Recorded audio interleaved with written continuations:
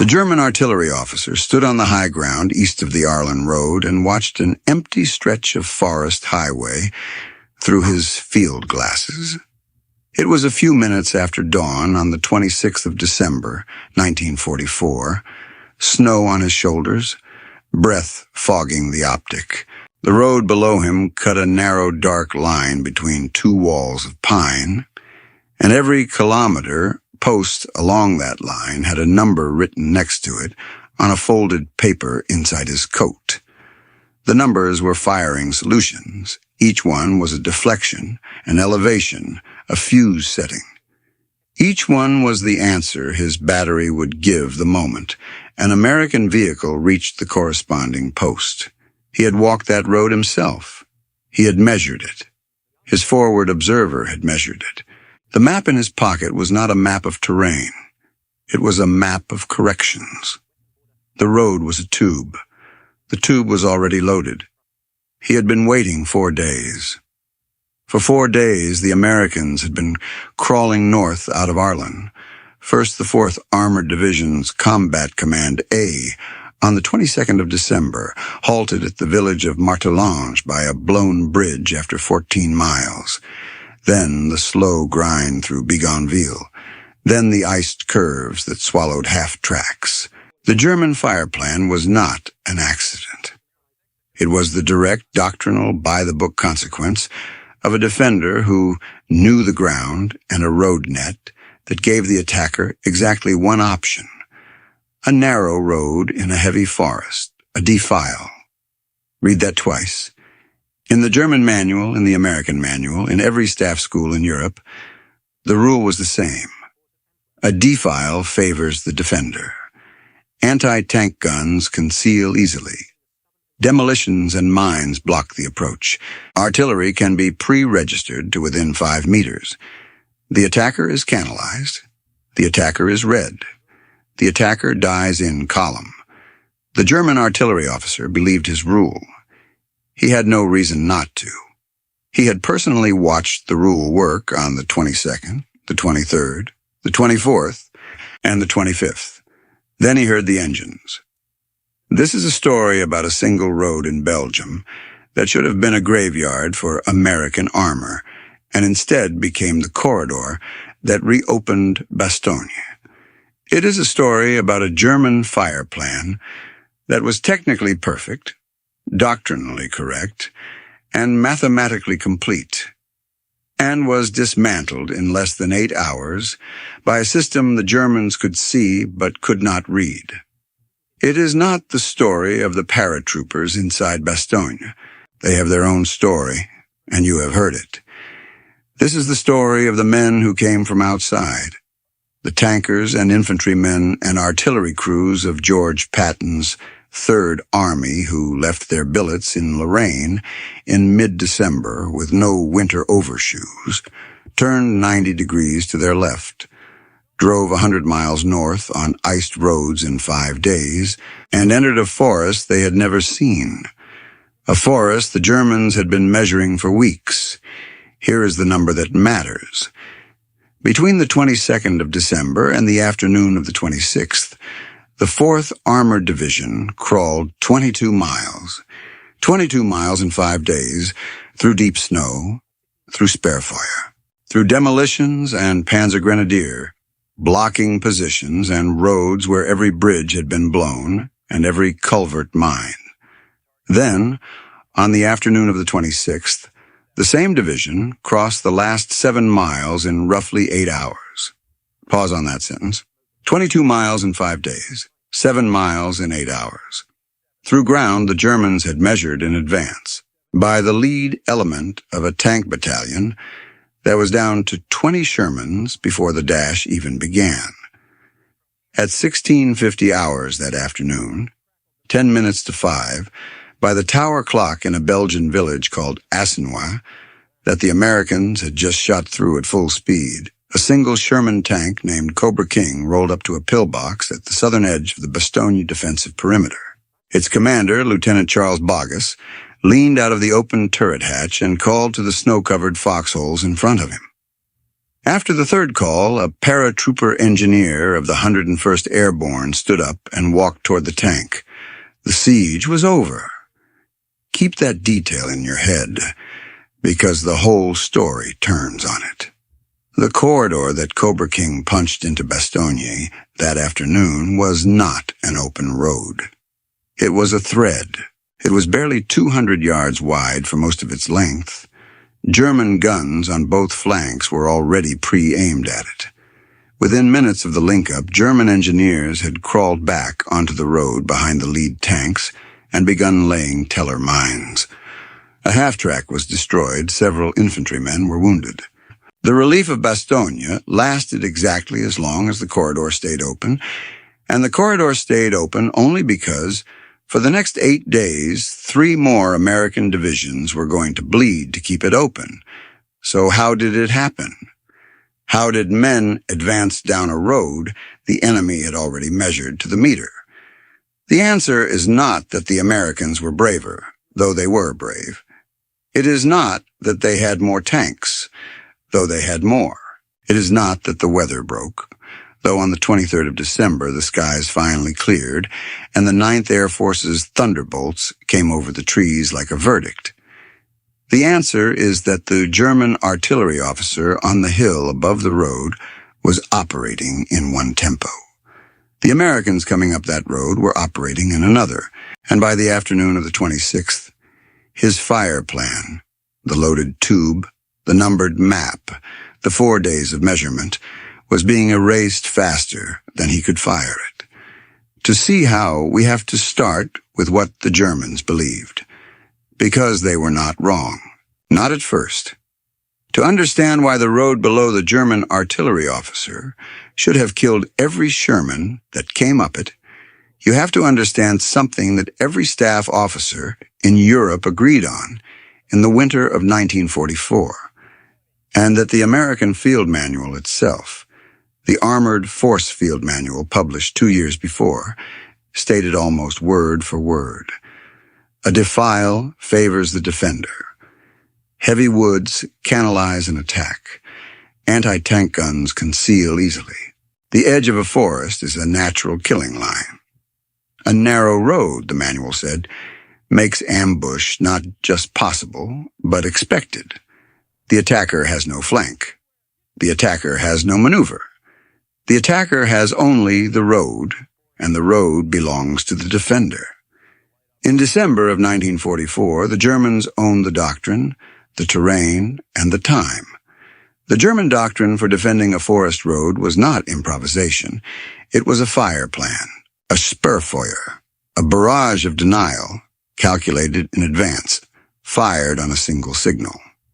Here is how it worked. A forward observer walked the road himself, on foot, with a map and a pair of binoculars. He noted every kilometer post, every bend, every cleared field of fire, every culvert. He picked the points where an armored column would have to slow. The curves, the bridges, the ridges, the open clearings between woods. He gave each point a number. He sent the numbers back to the battery. The battery laid in. Each gun was given a sheaf of corrections, deflection, elevation, fuse, time of flight, for each numbered point. The data was not a guess, it was a measurement. A round fired with the right correction would land on the right post within 5 or 10 meters. The crews drilled the corrections until they could shift fire in under a minute. When the moment came, the observer would say only a number, sometimes a single word. The crews already knew what to do. They were not aiming, they were executing. This was not a German invention. It was the standard practice of every modern artillery arm in 1944. The Americans did it. The British did it. The Soviets did it. What made the German plan around Bastogne particularly dangerous was time. The Germans had been there for days. The road from Arlon to Bastogne, through Martelange and Assenois, was one of the most heavily measured stretches of road on the entire Western Front. By the morning of the 26th of December, Add to that the second pillar of the doctrine, canalization.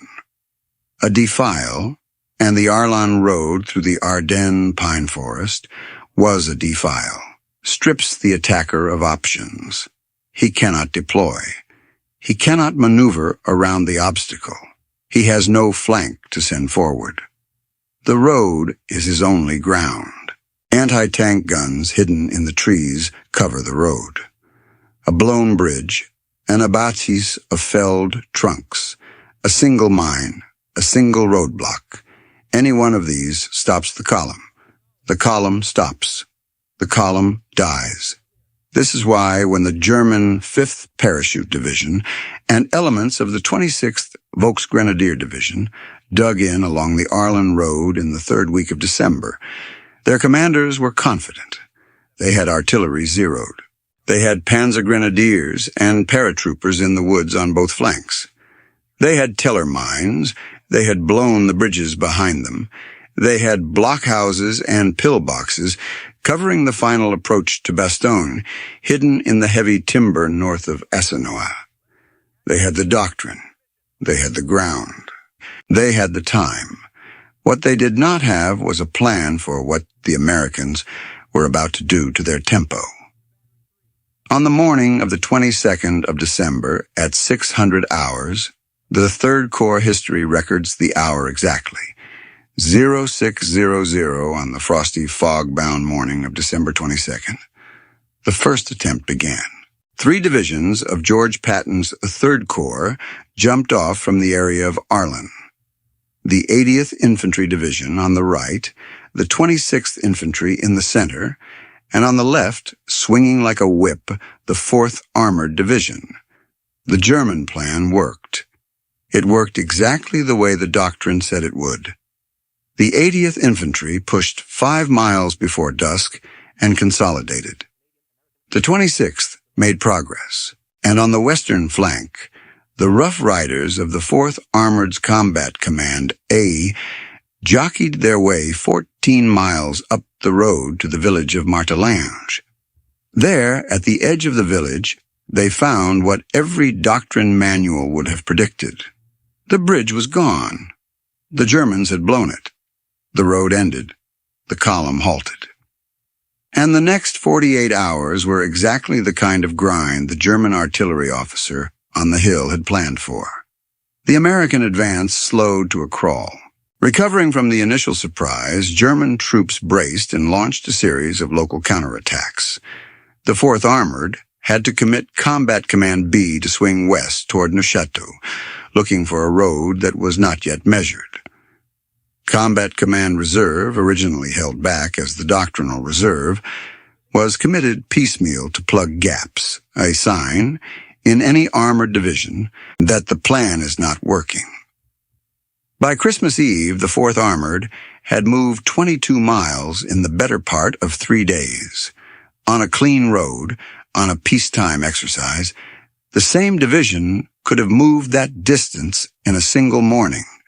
The German fire plan, the German demolitions, the German blocking positions, all of it was doing exactly what the doctrine said it would do. The German artillery officer on the hill was right, until he wasn't. I want to pause here for a moment, because this is the part most people get wrong about the relief of Bastogne.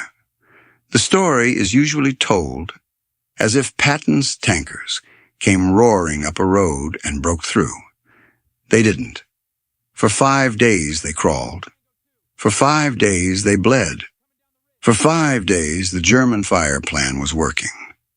The men of the 4th Armored on the morning of the 26th of December were not a force on the verge of triumph. They were exhausted. Combat Command Reserve was under strength by more than 20 Shermans before they even arrived in Belgium. The 37th Tank Battalion was down to roughly 20 medium tanks. The 53rd Armored Infantry Battalion was short 230 men. The temperature was hovering near zero. The roads were sheets of ice. The skies, until the 23rd, had been overcast, and the air support grounded. The German artillery officer had done his job. The German doctrine had done its job. What broke the plan was not the doctrine. It was the tempo. And to see the tempo, we have to leave the hill above the Arlon road and walk 20 kilometers to the south into a command post in a village called Bastogne on the morning of the 26th of December, where a man named Creighton Abrams was looking up at the sky. The morning of the 26th of December, 1944, was overcast at first light over the Belgian village of Bastogne, a hamlet on a side road between Neufchâteau and the front.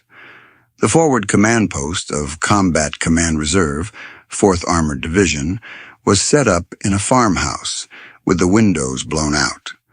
Lieutenant Colonel Creighton Abrams had not slept a full night in 5 days. His command, the 37th Tank Battalion, was down to 20 medium Shermans and a handful of light tanks. The infantry battalion riding with him, the 53rd under Lieutenant Colonel George Jacques, was missing more than 200 men. The ground ahead, 5 miles of forested road, 2 villages, a series of pillboxes hidden in heavy timber, was held by elements of the 5th Parachute Division and the 26th Volksgrenadier Division. And behind every meter of that ground, the German fire plan was already loaded. Abrams had been ordered to take Bastogne. He was not going to take Bastogne with 20 tanks against a measured road. Then around 2 o'clock in the afternoon, he looked up. Wave after wave of Douglas C-47 transports came in low from the southwest, opened their bays, and dropped colored parachutes over the Bastogne perimeter, orange for ammunition, red for medical, blue for rations. 240 aircraft in total over several days, but on the afternoon of the 26th, the sky above Abrams was full of canopies. He watched the drop. He watched the bundles fall into the woods around the besieged town, and then he made a decision that doctrine did not authorize. He decided to ignore the road plan in front of him. He decided to abandon the methodical advance through the next 2 villages on the main axis. He picked instead a secondary route, a smaller road through a smaller village called Bastogne, which the Germans had also fortified, but which was on a flank his higher command had not been pushing. He radioed Major General Hugh Gaffey, the division commander, for permission. Gaffey, after a few minutes, said yes. At 3 o'clock in the afternoon, Abrams climbed into the turret of his Sherman, the 6th tank he would wear out in the war, all of them named Thunderbolt, stuck a cigar in his mouth, and gave his battalion an order that the 37th would later put on its unit insignia. We're going into those people now. Let her roll. For me, this is where the story stops being about hardware and becomes about a system. The German plan on the Arlon Road was a plan against a column. It was a plan against an attacker who would advance at the doctrinal pace, on the doctrinal axis, with the doctrinal pauses for reconnaissance and consolidation. Every fire correction in that German officer's pocket was calibrated against an enemy who would behave the way the manual said an enemy should behave. Abrams did not behave that way. He looked at his 20 tanks, at the sky full of parachutes, at a road that was supposed to kill him, and he changed the question. He stopped asking, how do I survive this road, and started asking, how fast can I be off it? That is not bravery. Bravery is an outcome. That is tempo. And tempo is a system. Before we go down the road with him, keep one detail in your head. The lead tank of the column that afternoon was not an ordinary Sherman. It was an M4A3E2, a jumbo Sherman, an assault variant with 6 inches of armor on the turret and added armor on the hull, designed precisely for this kind of work, punching through fortified positions on a single road. There were only 254 of these tanks in the entire European theater. One of them, named Cobra King, was at the head of Charlie Company of the 37th, commanded by 1st Lieutenant Charles Boggess. Watch what they put in his guns. Not standard high-explosive shells. concrete-piercing fuses, fuse designed to punch through bunker walls before detonating. Abrams himself had suggested switching the loadout. He knew what was waiting in the woods past Assinois. He was not going to fight pillboxes with the wrong shell. That detail is going to matter. Hold it. Now look at what was happening on the German side of the same road, at the same hour. The German artillery officer on the high ground east of Arlon was not the only set of eyes on Patton's column that afternoon. There were observers on the Assinois axis as well.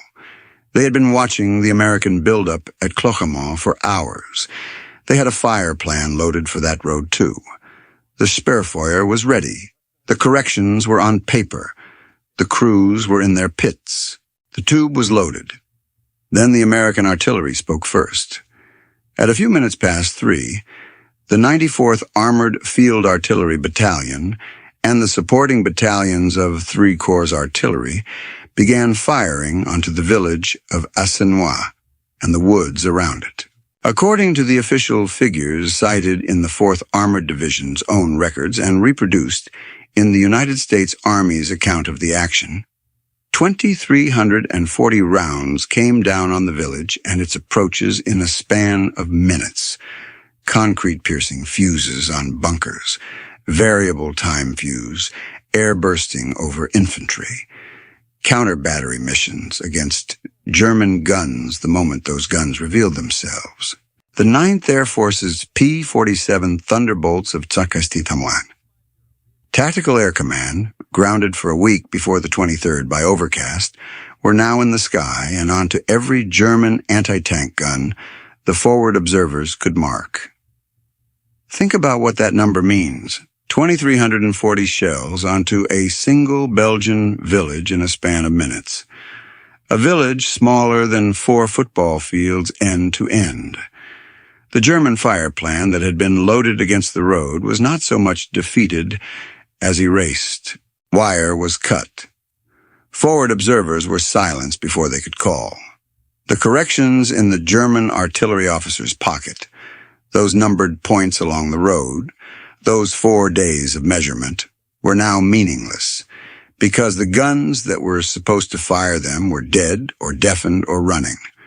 If your father or grandfather served in this campaign, in the 4th Armored, the 26th Infantry, the 35th, the 80th, the 9th Air Force, or any of the artillery battalions that fired into the snow that week, their stories of those days matter more to history than any official report I can quote.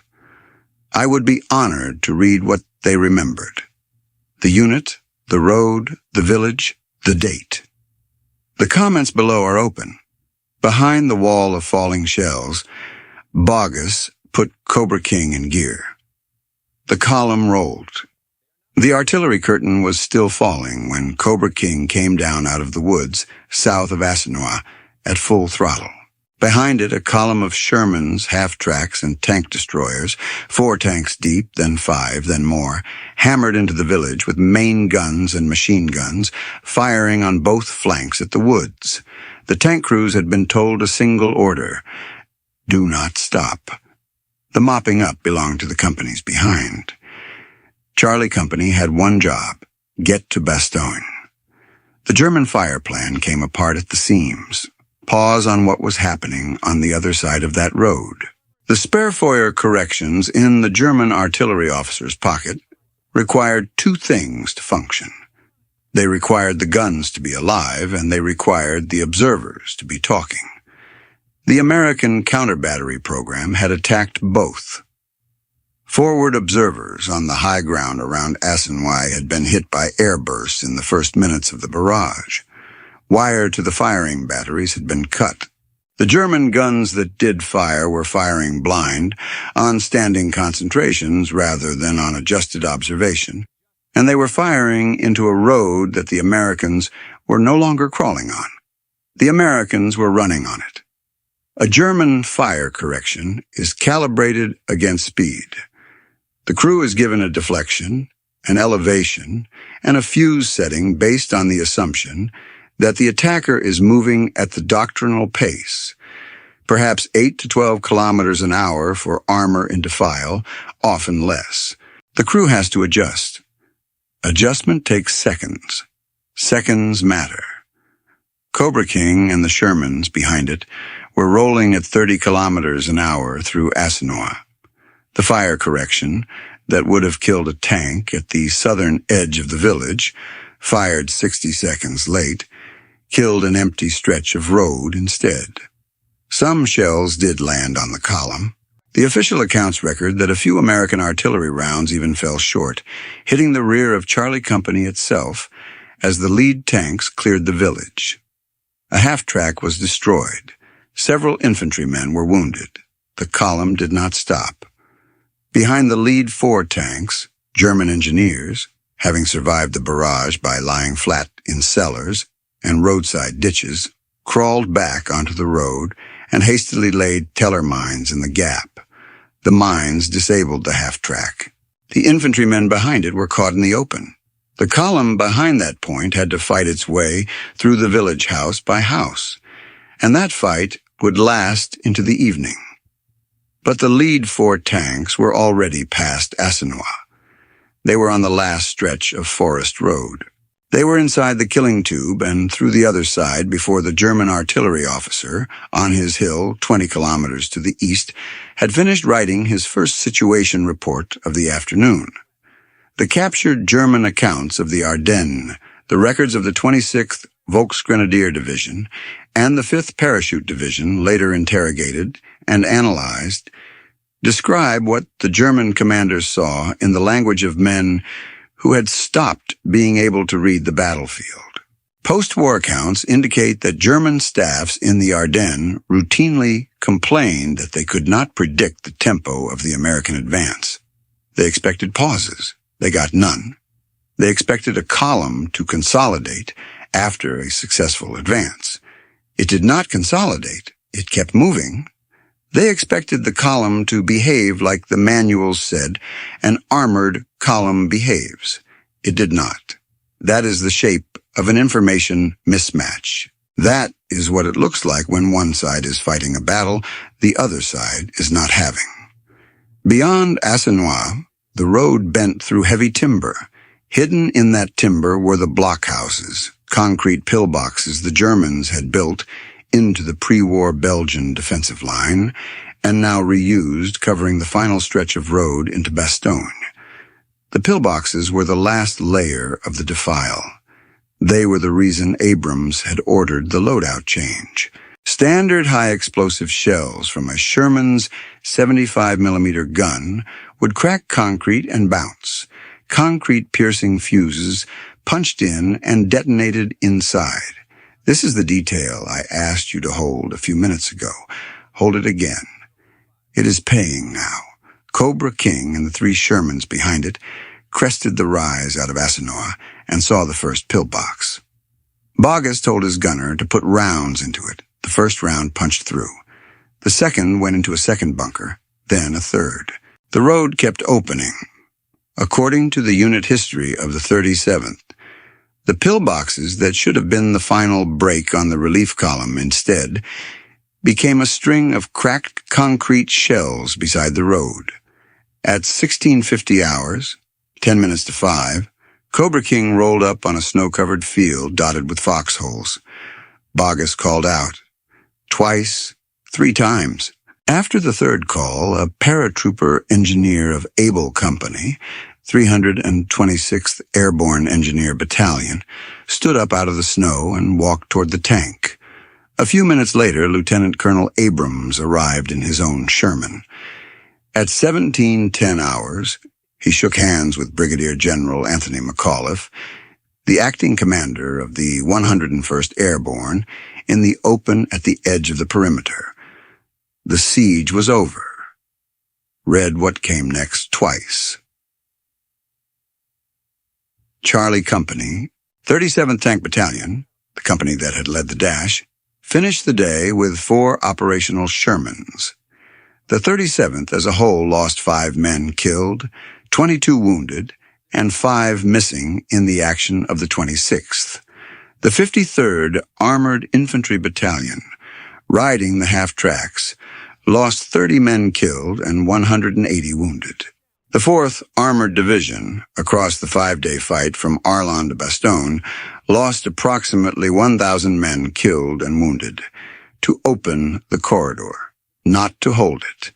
That is the part the clean version of the story usually leaves out, and that is where we go next. Because at 1650 hours on the 26th of December, a single company of Shermans had reached the 101st. But the road they had punched open was barely 200 yards wide for most of its length. The German guns on both flanks were not destroyed. They were displaced, suppressed, observed, hunted. They were not gone. The German command, on receiving the first reports of the breakthrough, did not concede the corridor. It immediately began planning to close it. And here is the thing about that German artillery officer on the hill above the Arlon road. He had been watching the road from Arlon, not the road from Neufchâteau. The breakthrough had come down a different axis than he had measured. His own fire plan was not erased. It was simply pointed at the wrong road. His battery on the morning of the 27th would still be there. His corrections would still be in his pocket. And he, like the rest of the German 7th Army staff, would spend the next 8 days trying to do to the corridor what he had been certain, on the morning of the 26th, that he had already done. He would fail, but he would not fail cheaply for the Americans. The corridor that Cobra King punched into Bastogne on the afternoon of the 26th was, in the most literal terms, a single road through hostile woods. Look at the geometry. From Airborne north to the southern edge of the 101st perimeter is roughly 2 miles. For most of that 2 miles, the cleared zone on either side of the road was barely 100 yards deep.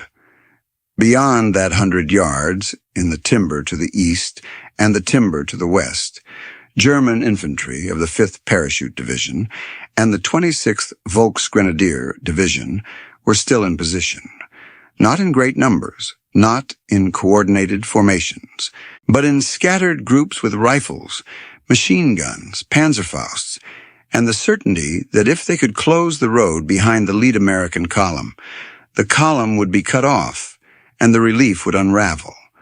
They tried to do exactly that within minutes of the link-up.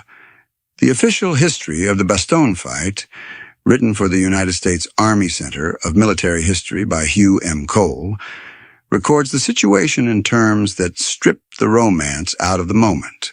The road from Airborne to Bastogne could be traversed under armed convoy. For the moment, the Germans in this sector were too demoralized by the speed and sharpness of the blow to react aggressively. For the moment. The 2 main highways flanking the Airborne corridor, the Arlon road to the east, the Neufchâteau road to the west, were still controlled by the German 7th Army and by such detachments as could be hurriedly stripped from the German circle around Bastogne. Continued access to Bastogne would have to be ensured by widening the breach. That is the polite, official phrase. Widening the breach. What it meant on the ground was that the men who had reached Bastogne on the afternoon of the 26th were going to spend the next 8 days, and in some sectors longer than that, fighting to keep the road they had just opened from closing again behind them. And it would not be the 4th Armored Division alone. The 26th Infantry Division, after Christmas, pushed across the Schur River on the right flank. The 35th Infantry Division, newly arrived from Metz, attached to the 3rd Corps on the 27th, went in between the 26th and the 4th Armored to broaden the corridor on the eastern shoulder. Combat Command A of the 9th Armored Division was pulled in from Luxembourg City to attack on the west toward the Neufchâteau Highway. Combat Command A of the 6th Armored Division relieved them. The 80th Infantry Division held position to the east. By the 2nd of January, the corridor was wider, but it was wider because additional divisions had been fed into the woods on either side of the road and were paying the price of that timber, tree by tree, hamlet by hamlet. The German reaction was not graceful, but it was not weak either.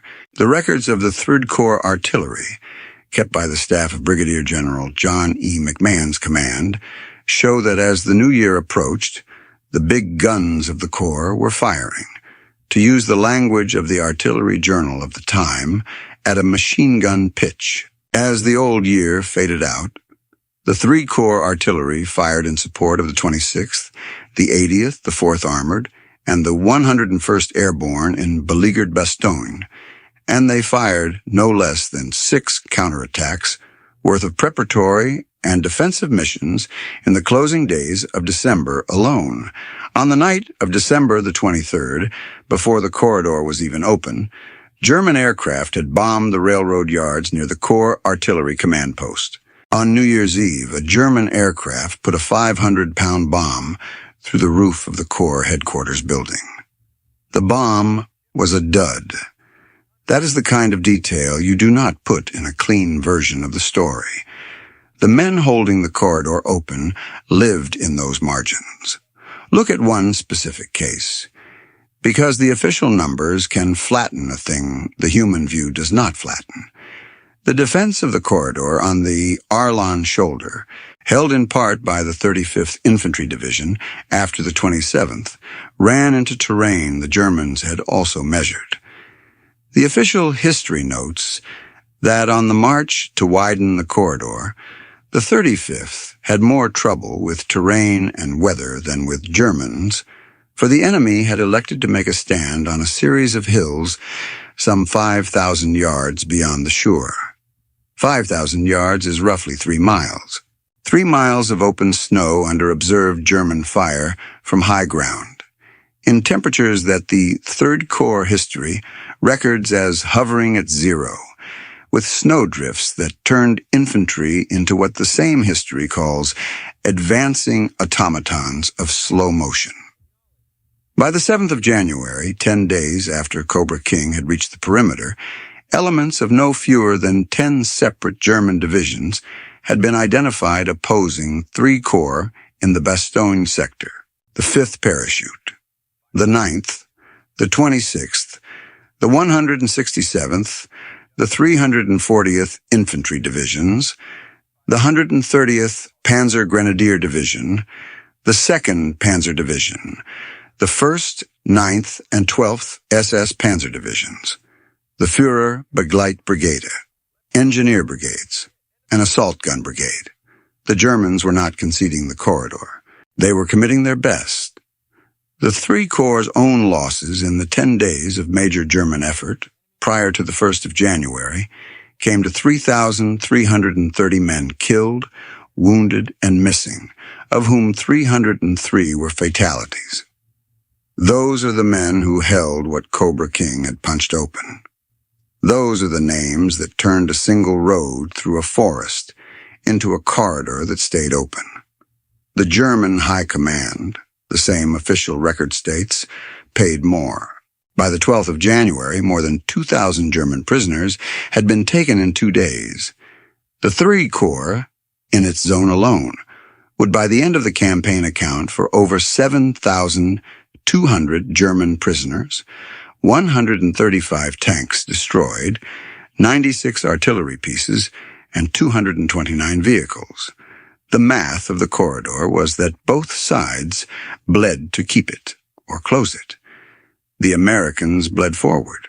The Germans bled trying to put the cork back in. And that brings us to the verdict. The verdict the records give is not the one most people expect.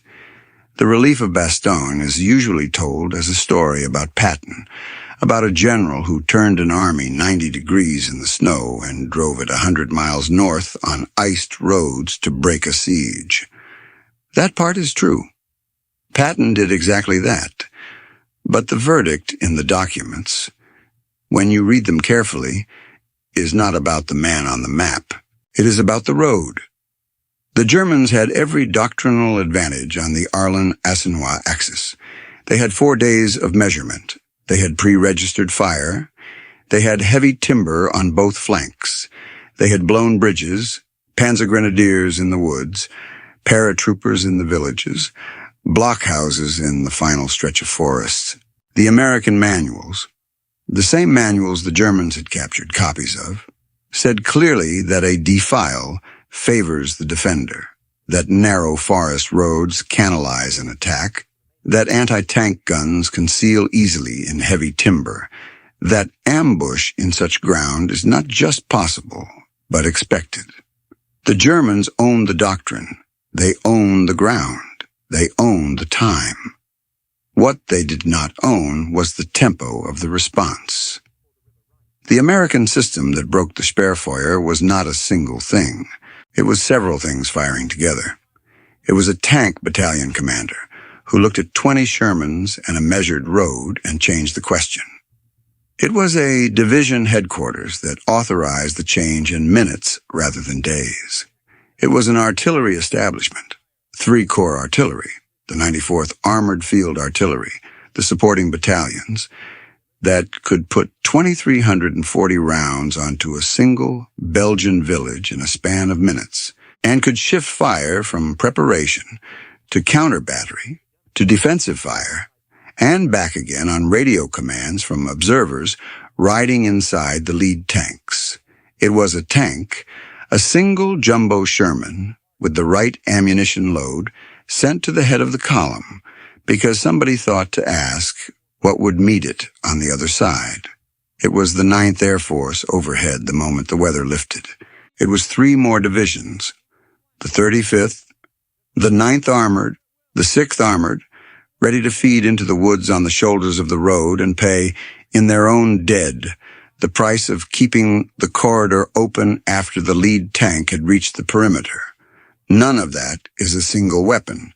None of it is a single decision. None of it is a single man. If you ask me, this is where the war was really being decided in the winter of 1944. Not in the headlines, not in the names of the generals. In the question of whose system could absorb a surprise faster than the other system could exploit it.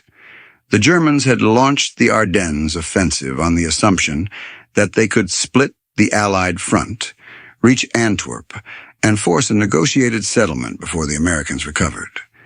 They had measured the roads. They had pre-registered the fire plans. They had hidden the buildup behind a meteorological forecast.